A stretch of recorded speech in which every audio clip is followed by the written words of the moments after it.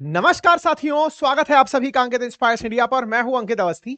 आप हैं मेरे साथ में एक ऐसी खबर पर चर्चा करने के लिए जिस खबर को सुनने के बाद ऐसा लगता है कि क्या पुतिन ने यूक्रेन पर अपनी जीत अनाउंस करनी है क्या। अगर आप कोई सेलिब्रेशन करने वाले हों और उस सेलिब्रेशन के दौरान शब्द इस तरह का हो कि आओ भाई हम विजय दिवस सेलिब्रेट करेंगे। सेलिब्रेशन अपने आप में इतना भारी शब्द है कि आप इस समय युद्ध में हैं। रशिया यूक्रेन युद्ध शुरू हुआ फरवरी 2022 से 3 साल पूरे कर चुका है, चौथे साल में प्रवेश कर चुका है और सूचना आती है कि हम विक्ट्री डे बना रहे हैं। विक्ट्री डे अपने आप में एक ऐसा शब्द है जिसे सुनकर के भारतवासियों को 1971 की याद आ जाती है, जब हमने पाकिस्तान से उसकी सेना का सरेंडर करवाया था, साथ ही साथ में उसे तोड़ करके बांग्लादेश बनाया था। तो ऐसे में जब भी हम विक्ट्री डे सुनते हैं तो दिमाग में ख्याल आने लगता है कि कहीं कुछ ऐसा तो नहीं होने जा रहा है इस बार। अब आप पूछेंगे तो क्या पहली बार सेलिब्रेट कर रहे हैं क्या ये लोग। आइए इसका पूरा इतिहास आज के सेशन में जानेंगे और ये भी जानेंगे कि यदि ये विक्ट्री डे मना रहे हैं तो जेलेंस्की क्या कर रहे हैं, किस तरह से जेलेंस्की इन्हें काउंटर करने का प्रयास कर रहे हैं, साथ ही साथ अमेरिका बैठा बैठा क्या कर रहा है। और जो इतने दिन से ट्रंप कह रहे थे कि मैं रशिया यूक्रेन के बीच में समझौता करा दूंगा, उनका हुआ क्या, कहां गए वो, आज के सेशन में डिटेल से चर्चा है। ये तस्वीरें हैं विक्ट्री डे की। मैं आपको याद दिला दूं कि विक्ट्री डे असल मायने में रूस के द्वारा अपनी एक ऐतिहासिक जीत को याद करने के लिए मनाया जाता है। वंस अपॉन ए टाइम रूस के लगभग 2.5 करोड़ लोग एक युद्ध में मारे गए थे। युद्ध था सेकेंड वर्ल्ड वॉर का, जब नाजियों ने यानी कि हिटलर की सेना के द्वारा सोवियत रूस पर हमला किया गया था। उसके हमले के बाद में जिस तरह से सोवियत रूस ने कमबैक किया और कमबैक करके नाजियों को घुटने के बल टिका दिया, उसी की याद में यह दिन सेलिब्रेट करने की कवायद शुरू हुई। लेकिन यह रेगुलर सेलिब्रेट कभी किया नहीं गया। फिलहाल के लिए ये तस्वीरें कुछ पुराने इवेंट्स की हैं, जब सोवियत की सेना या फिर कहिए तो यूएसएसआर से बने हुए रूस की सेना इस तरह से सड़कों पर निकलती है और रूस के अंदर जो मॉस्को है वहां पर रेड स्क्वायर एरिया में सेना अपने डिफेंस इक्विपमेंट के साथ परेड करते हुए दिखाई देती है। यहां पर राष्ट्राध्यक्षों को इनवाइट किया जाता है। ऐसे में आज के समय पर इस परेड की प्रासंगिकता, जब ट्रंप के द्वारा दुनिया में एक अलग ही प्रकार का माहौल बनाया हुआ है, उस समय पर इसकी क्या प्रासंगिकता है, आज के सेशन में और डिटेल से चलते हैं। जब ये बात आती है कि ये सेलिब्रेट करने जा रहे हैं विक्ट्री डे, तो पहला सवाल ये आता है कि सर यूक्रेन के पूर्वी हिस्से पर इन्होंने जो लोहांस्क, डोनास्क, जैपोर्जिया, खारसान और क्रीमिया पर कब्जा किया हुआ है, क्या इस क्षेत्र के अंदर ये अपनी जीत अनाउंस करने वाले हैं। ऐसा मैं क्यों बोल रहा हूं, क्योंकि जेलेंस्की का डरना कुछ ऐसा ही इन्फॉर्म कर रहा है। कैसे? हाल ही में जेलेंस्की ने 9 तारीख को, जिस दिन रूस अपना विक्ट्री डे सेलिब्रेट करेगा, उस दिन जेलेंस्की के द्वारा ईयू लीडर्स को यूक्रेन बुलाया गया है कि सर कृपया करके आप सभी लोग पधारें, ताकि सोवियत रूस को यह याद दिलाया जा सके। मैं बार बार जो सोवियत रूस वर्ड दे रहा हूं वो उसको ध्यान से समझना कि कभी यूक्रेन भी रूस का हिस्सा हुआ करता था, जब यह संगठित यूएसएसआर होता था 1991 तक। आज अगर यूक्रेन 9 मई की महत्ता को भूलता है तो अगेन ये अपनी जीत को भुलाने जैसा है, क्योंकि कभी सोवियत रूस का हिस्सा रहे यूक्रेन ने भी 9 मई के दिन ही नाजियों पर जीत हासिल की थी। वही नाजी जिस जर्मनी में रहते हैं, आज वो ईयू के सदस्य हैं। और ऐसे में यूरोपियन यूनियन मेंबर्स को बुलाकर के यूक्रेन में बिठाया जाना एक प्रकार से खिलाफत है अपनी जीत के, क्योंकि यूक्रेन भी तो जीता ही होगा जब ये सोवियत रूस रहा होगा। ठीक है, ऐसे समझिए कि आज अगर हम 15 अगस्त को आजादी के रूप में सेलिब्रेट करते हैं और हमारा एक राज्य कल को ये कहने लगे कि हम इसको सेलिब्रेट नहीं करेंगे, तो कितना ज्यादा देश के खिलाफ ये लाइन फील होगी। वैसे ही यूक्रेन अगर यूएसएसआर का कभी हिस्सा हुआ करता था और ये विक्ट्री डे के परहेज करता है, तो यह अपने आप में दर्शाता है कि यूक्रेन को सोवियत रूस का कभी इतिहास में भी पसंद नहीं था। आवाज स्लो आ रही है। का कभी हिस्सा हुआ करता था और ये विक्ट्री डे के परहेज करता है, तो ये अपने आप में दर्शाता है कि यूक्रेन को सोवियत रूस का कभी इतिहास में। आवाज तो मैंने बढ़ा दी है, लेकिन आवाज बढ़ाते ही फिर वो क्रॉस हो जाता है, सारा की सारा लिमिट क्रॉस हो जाता है। हाँ जी लखवीर जी, बढ़ा दी, आवाज बढ़ा दी। अगर अब ठीक हो गया हो तो एक बार थम्स अप कर दीजिए। मैंने थोड़ी आवाज इंक्रीज कर दी है। ठीक है, हाँ जी। तो फिलहाल के लिए अब यूक्रेन के द्वारा यूक्रेन के द्वारा यूरोपियन यूनियन के जो मेंबर्स हैं, जो 27 देश हैं, उनको इनवाइट किया गया है कि सर जिस दिन वो सेलिब्रेट कर रहा हो कृपया आकर के हमारे यहां बैठिएगा। जेलेंस्की ने इतना ही नहीं ट्रंप से भी कहा है कि सर आप हम दोनों के बीच में समझौता कराने की कह रहे थे, वो तो हो नहीं पाया, लेकिन कम से कम अब आप खुद आकर के हमारी हालत तो देख जाओ कि रूस हम पर कितना कहर बरपा रहा है। ऐसे में जेलेंस्की द्वारा 9 मई की तैयारियां चल रही हैं यूरोपियन देशों को एकत्रित करने की, वहीं दूसरी ओर रूस के द्वारा तैयारी चल रही है अपनी जीत को दुनिया के सामने पब्लिक करने की। ऐसे में बड़ा इंटरेस्टिंग पॉइंट यह बनता है कि जब दो विरोधी पावर्स एक दूसरे के सामने आमने खड़ी होंगी, एक तरफ उसके समर्थक खड़े होंगे जो कि यूक्रेन के अस्तित्व के लिए लड़ाई लड़ रहे हैं, और दूसरी तरफ रूस के समर्थक खड़े होंगे जो रूस के हर एक्शन को सही प्रूव कर रहे होंगे। ऐसे में रूस ने भी इस इवेंट को बड़ा ही जियोपॉलिटिकल बना दिया है, शक्ति प्रदर्शन का तरीका बना दिया है। बकायदा रूस ने यूरोपियन देशों को भी इनवाइट किया है कि आओ भाई हमारे विक्ट्री डे में शरीक हो जाओ। भारत को इनविटेशन भेजा गया है, चीन को भेजा गया है, तमाम वो देश जिन्हें रूस अपना मानता है उन्हें इन्विटेशन भेजा गया है कि आओ और हमारे विक्ट्री डे में शामिल हो। तो एक प्रकार का शक्ति परीक्षण चल रहा है कि कौन के समर्थन में किस किस तरह के लोग आकर खड़े होते हैं। ऐसे में यूरोपियन यूनियन को बकायदा आज के दिन एक मतलब मैसेज जारी करना पड़ा कि अगर हम में से कोई भी देश वहां जाता है, और तो और बाल्कन कंट्रीज जो कि यूरोप के दक्षिण के अंदर लगभग 10 देशों का एक समूह है, जिनमें से कई देश यूरोपियन यूनियन के सदस्य नहीं हैं, उनको तो यह तक धमकाया गया कि अगर तुम में से कोई भी वहां चला जाता है तो हम उसे अपने यहां सदस्यता नहीं देंगे।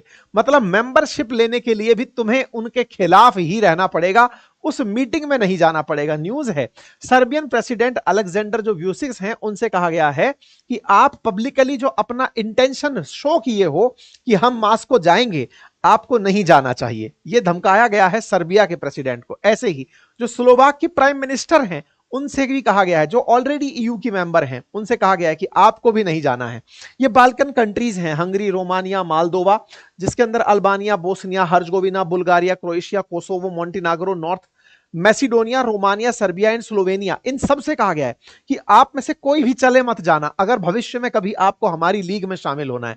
तो ये बेचारे सब लोग अपनी तरफ से कहते फिर रहे हैं कि हाँ हमें इनविटेशन तो आया था लेकिन हम जा नहीं रहे हैं। हमारा ना जाने के पीछे का बड़ा लॉजिक है कि हम यूनिटी दिखाना चाहते हैं इन भाई साहब के साथ। तो ये भाई साहब इस बात पर खुश हैं कि फिर से इन्होंने दुनिया को बांटने में कामयाबी हासिल की है। लेकिन जब रूस को यह बात पता चलती है कि बेटा अच्छा तुम इस तरह की तैयारी कर रहे हो, तो रूस फिर से एक सौगात भेज देता है, और सौगात भेजा जाता है यूक्रेन की एक टेरिटरी सिटी जिसका नाम है सुमी। वहां पर इनके द्वारा एक बम गिरा दिया जाता है और बम गिरा करके 34 लोगों की जान ले ली जाती है। यह यूक्रेन का मैप है, जिस तरफ से रशिया ने कब्जा किया हुआ है उसके दूसरी तरफ यानी कि उत्तर की तरफ सुमी एरिया है। इस सुमी एरिया में रूस के द्वारा गोला गिरा दिया जाता है। अब जब यह गोला गिराया गया, कल के दिन की ही बात है, कल ये गोला गिराया गया, इस पर यूक्रेन फिर भड़क गया। बोले सर देख लो हमको यह आदमी मारे जा रहा है, एक तरफ तो आप कह रहे हो कि हम शांति करवाएंगे और यह आदमी हमारे साथ अशांति अशांति खेल रहा है। रशिया यूक्रेन के वॉर में इस तरह की घटना जब ट्रंप से पूछी गई कि सर आपको पता है आपके तमाम प्रयासों के बीच वो अभी भी गोले मार रहा है और 34 लोगों की जान चली गई है, तो इन्होंने कहा कि हाँ हाँ ये तो बहुत गलत है, ऐसा नहीं होनी चाहिए, हॉरिफिक इंसिडेंट है, ये बहुत गलत हो गया है। बोले सर फिर आप क्या कहेंगे? बोले मेरी बात हुई है कि उनसे वो गलती से चल गया है। तो ट्रंप ने इसे गलती करार देते हुए एक तरह से पुतिन को और थोड़ा सा राहत दे दी कि हाँ ठीक है मैं तुमसे नहीं पंगा लूंगा, अदरवाइज पूरी दुनिया को तुम दो भागों में बांट दोगे। तो एलएस देखो ये बड़ा स्ट्रेटेजिकल है, आपको ये समझना होगा। इतनी बड़ी घटना पर यह आदमी बोल रहा है कि ये हॉरिफिक तो है लेकिन गलती से चल गया।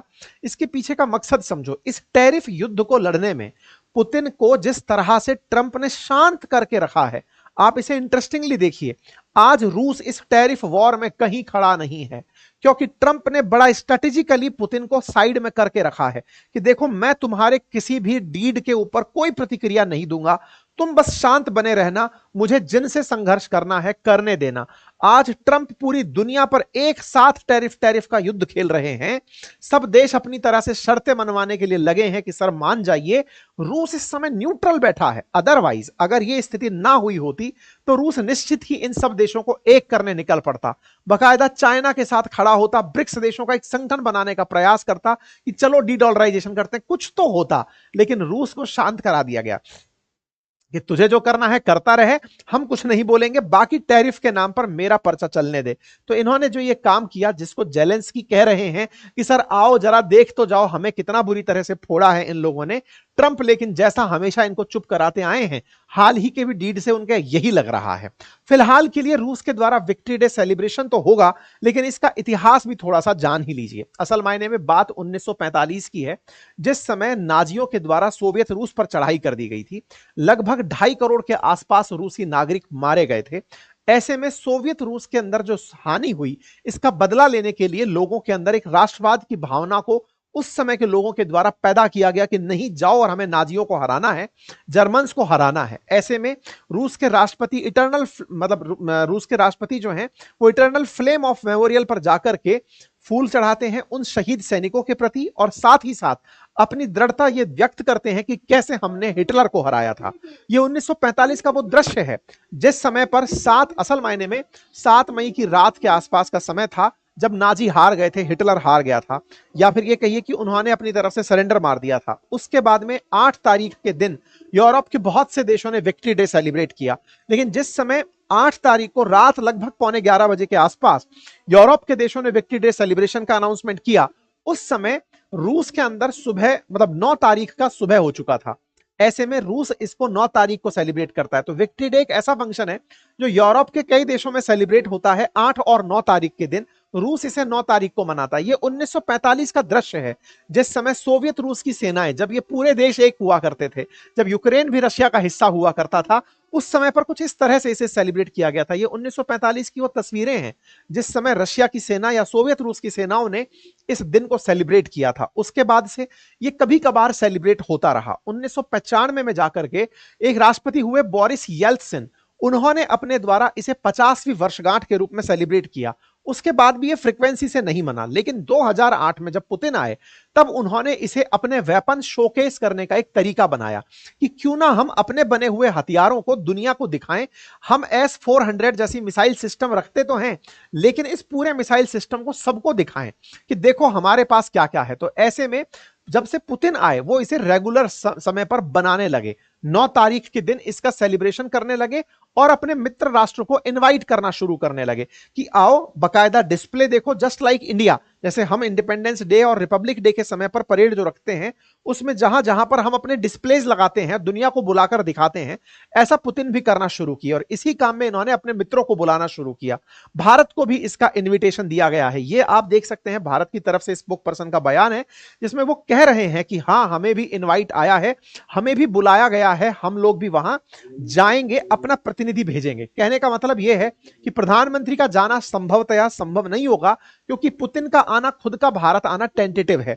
ऐसे में भारत की तरफ से कौन यहां जाएगा, यह देखने वाली बात होगी।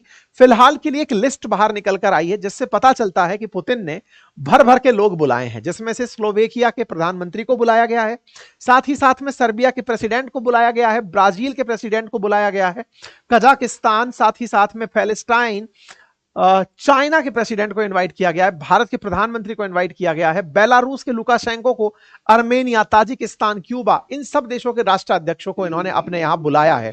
ये 2020 का वो दृश्य है जब भारत के रक्षा मंत्री इस कार्यक्रम में शामिल होने गए थे। 2021 में भी ये कार्यक्रम आयोजित हुआ था, ऐसे ही 2022 में भी ये कार्यक्रम आयोजित हुआ था। 2022 में तो जब फरवरी 2022 में यूक्रेन के ऊपर इन्होंने हमला कर दिया था, उसके बाद में इनका ये इवेंट देखने के लिए दुनिया खड़ी हुई थी कि भाई क्या पता कुछ बोल देंगे, ये यही कह दें कि आज हम युद्ध रोक रहे हैं। तो 2022 ने बहुत सुर्खियां बटोरी थी, हालांकि उस समय इन्होंने कोई भी बड़ा अनाउंसमेंट नहीं किया। अब फिलहाल के लिए 2023 की तस्वीरें आपके सामने हैं, ये 2024 की तस्वीरें आपके सामने हैं, जब भारत के रक्षा मंत्री जो हैं वो संभव है कि 2025 में फिर से भारत को रिप्रेजेंट करेंगे। तो इसका मतलब यह हुआ कि रशिया यूक्रेन के अंदर अगर धड़े बने हुए हैं, तो भारत अपना प्रतिनिधि रशिया में भेज रहा है। हालांकि यूक्रेन ने भारत को इनवाइट किया है या नहीं, इसके बारे में कोई जानकारी नहीं है, क्योंकि वो ईयू लीडर्स को ही अपने यहां बुला रहा है और विक्ट्री डे के रूप में ऐसा कुछ सेलिब्रेट नहीं कर रहा है। फिलहाल के लिए भारत का वहां जाना रशिया यूक्रेन में फिर से एक पक्ष लेता हुआ दिखाई देता है। बाकी आने वाले समय में क्या प्रतिक्रियाएं इस बात पर निकल कर आती हैं, वो हम आप लोगों को जरूर बताएंगे। लेकिन हां, इतना जरूर है कि ट्रंप का पुतिन पर कोई प्रभाव नहीं पड़ा, और संभवतया ये ट्रंप की रणनीति थी कि मैं टैरिफ वॉर खेलते समय पुतिन को यूक्रेन वॉर में उलझाकर रखूंगा ताकि ये दुनिया को बाइपोलराइज ना कर दें, बिल्कुल वैसे ही जैसे शीत युद्ध के समय पर सोवियत रूस और अमेरिका आमने सामने खड़े थे और दुनिया दो धड़ों में बटी हुई थी। ऐसे में दो धड़े ना होकर मैं अकेला धड़ा बना रहूंगा। इन्हें यूक्रेन नाम का एक झुंझुना पकड़ा के रखूंगा कि तुम अपने में वहां बिजी रहो, मैं पूरी दुनिया के साथ में एक बार ट्रेड डील कर लेता हूं। ट्रंप ने वो कामयाबी के साथ काम कर लिया है।